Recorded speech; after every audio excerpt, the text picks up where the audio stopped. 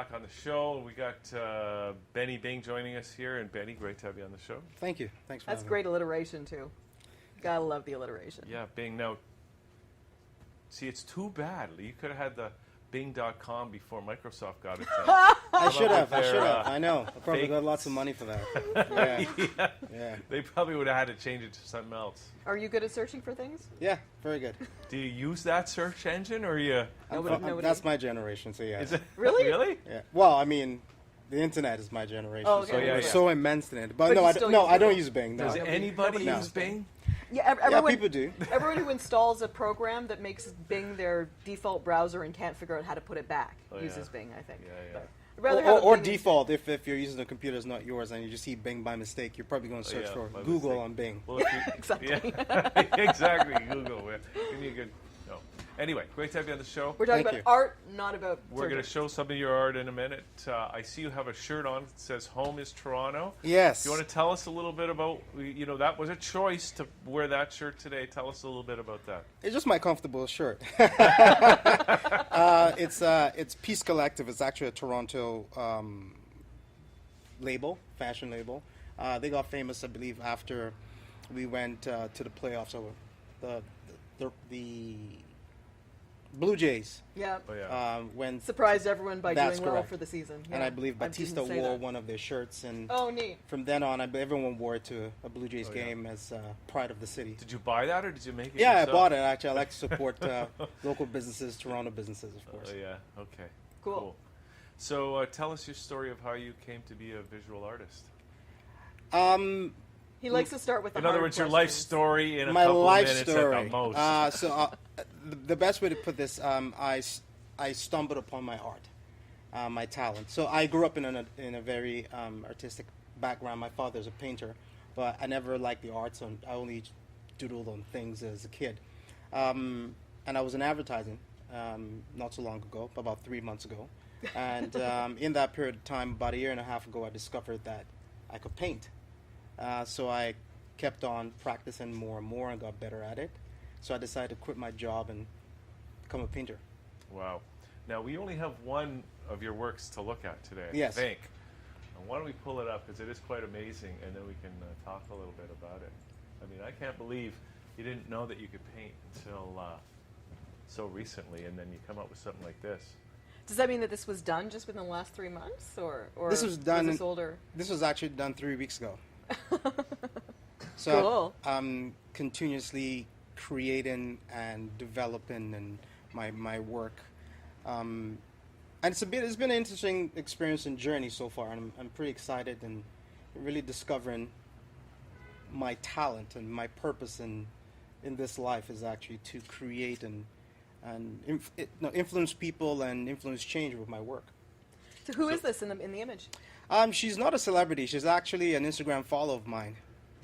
Oh, She's- yeah? Yeah, she's. Does she know you painted her? Yeah, she does. She does. She sent a very a thank you note actually, and in the form of an email. She's a lawyer in Nigeria, and it was this picture that stood out on her Instagram to me, and I decided to paint it.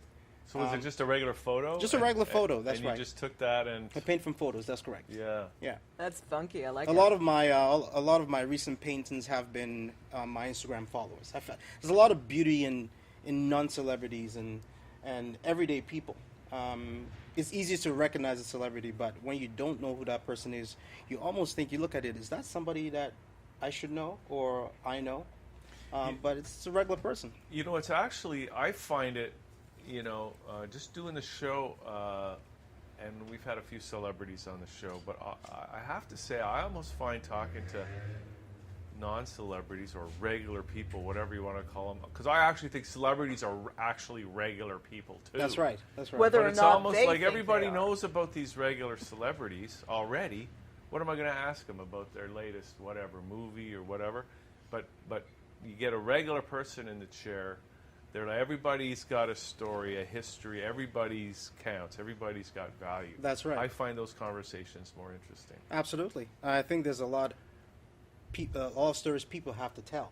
For example, the lady in the painting, she's the first in her family to go to college. And she's now a lawyer. That's amazing. And she's in a wonderful country that normally women in her position would not be working in a law firm or would not have had the opportunity to go to school. So it's quite amazing. And these are very interesting stories about individuals that are phenomenal in their own way. Now, you mentioned earlier that you've discovered your art. Yes. I find that hard to believe. Kinda, to me, you would know, just going to school and taking art in school and stuff. But coming out of advertising, you have a sense of color, I suppose. That's correct. So I'm a natural and creative. So part of being in advertising, I was both in creative and management. So the creative aspect of when you say I didn't know, it's I didn't know till it woke up and it was awakened, if you put it that way. It's always been there, but it wasn't the right time. Timing is everything.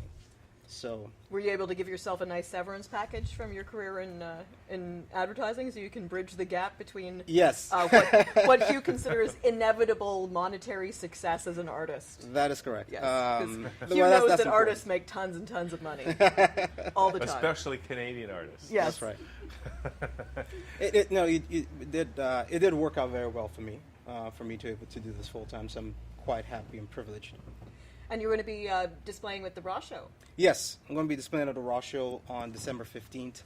And I'm going to show in 4 of my new pieces that have been done in the last 30 days. Are they similar to that one there? Quite similar, yes. Like portraits? Portraits. I only specialize in portraits, very colorful portraits. Color, yes. And are they big? Are they all big all like big, that? yes. Like, nice. That's awesome. Yes. I mean, everybody should have one of those. We got some more, right? So if you'd like your portrait painted, just make sure you're following Benny on Instagram. Or go see him on the and put some at the really Raw cool show. pictures of yourself up. Yeah. We have some other work we're going to show from you, Benny. Cool. And there we go. So there. Is that Obama? Yes. Okay. And, Neat. who else we got there? Are there some famous So people yeah, in there, right? these are mostly famous people. So from the left to right, Miles Davis, yeah. Obama, Biggie, Christopher Wallace, the rapper, Tom Hardy, the cigar, Tyson, and then the lady is a non-celebrity, Jimi Hendrix, Prince, Rihanna, young Tyson, Kevin Spacey as Frank Underwood from House of Cards. Okay. And that's a model on the right, a yoga inspector at the bottom left, and the other girl was a commission. She's a Toronto designer, heavyweight champion of the world, Anthony Joshua, is British, and the great Christopher Walken. Yes. Nice. He's a good dancer, that guy. He is. Absolutely. So that's awesome. Now, you mentioned, too, that you're finding not only your art, but your purpose in the world. Do you want to talk about that a little bit? Absolutely. So when I started really developing my art and practicing the first few months, I wanted to find if I'm going to do this for a living, what kind of change can I bring with sharing my talent with the world? And one thing I did notice was people that look like me are not mostly in contemporary art. You don't People see with a lot of... glasses. No, not necessarily. Well, but black people not necessarily subjects in contemporary art. Now, if you look at African art, I'm half African, so a lot of the art growing up was definitely black art. Or if you look at the Caribbean, but if you look at internationally, globally, it's you don't really see it. So what I want to do is really capture the beauty in us, and especially regular blacks, Africans, people. And then what else can I do? How can I really impact? Because that's one thing, having people see their identity. Yeah. So a kid was staring at one of my paintings one time, and he was just so fascinated. And I asked him, why are you so fascinated with it? And he was more fascinated with the fact that he kind of saw himself in the painting, which is a very good thing. It inspires kids to get into the arts. So I volunteer my time working with kids that are interested in the arts, and I do a lot of charity work. And this is all in the last 3 months?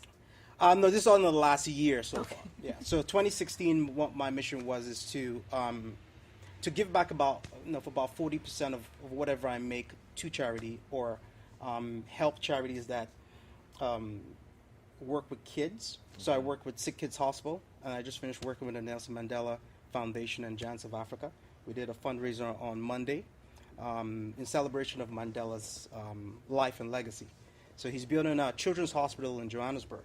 So we did a fundraiser to raise funds for that. That's awesome. Yeah.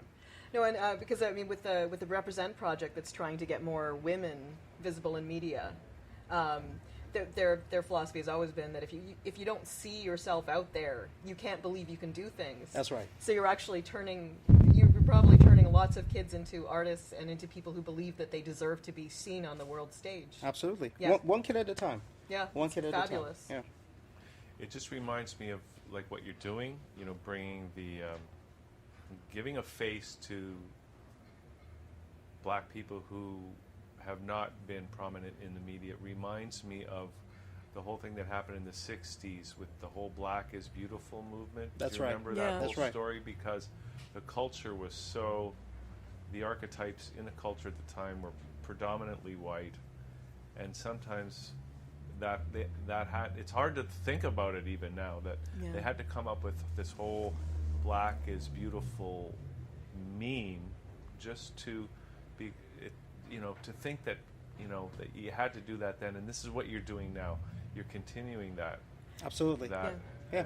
And the work obviously isn't finished yet. No. That's right. It's just the beginning. And it's always amazing too, because like in that era, in this era too, you have people come up with the most egregious, ridiculous reasons why it's true. Like not that there's any kind of prejudice involved, but like, well, it's harder to like black people on set. Like you hear that from directors who only know about like shooting white people, and suddenly it's like, well, I don't know how to shoot a black person. Like, are you kidding me? And there's so many really like so many ways that people try to cover up the fact that they're just not used to something, or that it's actually a prejudice that they haven't examined. That's true. And no, it's sometimes when it's different, it's hard to understand. And sometimes you got to keep an open mind to it. Yeah. And what we're seeing now is really a change of thought, a change of mind. We're seeing a lot of openness. People are really being open to keeping in mind. There might be a small minority of very closed-minded people, I like to look at it that way, who unfortunately have a loud voice. But Yes. in Canada, my experience, it has been very positive. I met a lot of very open-minded people that see these things and we're trying to make a difference. And that's who I surround myself with and surround myself around, those type of people. Are you worried at all about the rhetoric in the States right now? No, not at all. That's good to hear. I try to keep a positive mindset at all times. I believe see it more everything. as a small number of vocal people rather than a general impression of. The rhetoric Yeah. is a small amount of people. There are still really good people that voted for him and that kind of want some type of change, but they decide to go in a certain direction. I think we learn from certain experiences, and this is an experience that they will probably learn from in some way. It might be a positive, it might be a negative, but regardless, everything happens specifically for a reason. That's good though. It's like kids. Sometimes you gotta let them make their own mistakes, Absolutely. live with the consequences. Yeah. Then Yeah, and that's pretty. Yeah, they will eventually learn whatever it is, good or bad. They're going to take it out from the Trump administration for sure. Now, where do you see your work going from this point forward? Do you see it evolving in any other new directions, or? I'm really taking it one step at a time, one day at a time, and really enjoying the experience and trying to grow. Seeing my work, I want to do more with galleries in New York and in Miami. So this year I was privileged enough to be at Art Basel in Miami, the Scope Show. So I want to do more of those, more art fairs internationally. And probably do a couple of, for 2017, I want to do 2 or 3 solo shows, really themed, in one specifically to benefit charity and kind of show the face of some of these kids in Africa, have their stories. So take a trip out there, follow a certain amount of kids and photograph them and then paint it and raise funds towards helping any children's charity. I haven't come up with a specific one yet, but eventually I will. Okay, cool. So you're going to be at the Raw Artist Show at the Mod Club? That's right, Mod Club. You're going to be there both days? Or? I'm going to be there on December 16th. Okay, So so the- that's the the Friday. Friday night. That's right, December 16th. And do you have your own website where people can get and stay in touch with you, or an Yes. online resource? Absolutely. You can get in touch with me, bennybing.com. That's BENNYBING.com. And That's you can better Google than that. Bing.com. BennyBing.com. That's right. You can just Google Benny Bing and You everything should comes up. take bbing.com just to, in case somebody's stuttering while they're typing, they'll find you by accident. Yeah. Yeah, I definitely will. Thanks for the advice. I definitely do that. Benny, it's been great to have you on the show. Thank you very today. much. Wish you all the Thank you. best. Thank and you. Love to have you back sometime. For sure. And we can all Thank you come very and see you much. at the Ross Show at the Mod Club, December 15th and 16th. Christmas time, great time to buy some art. So we're going to take a quick break here on Liquid Lunch. Come back with lots more as Liquid Lunch continues.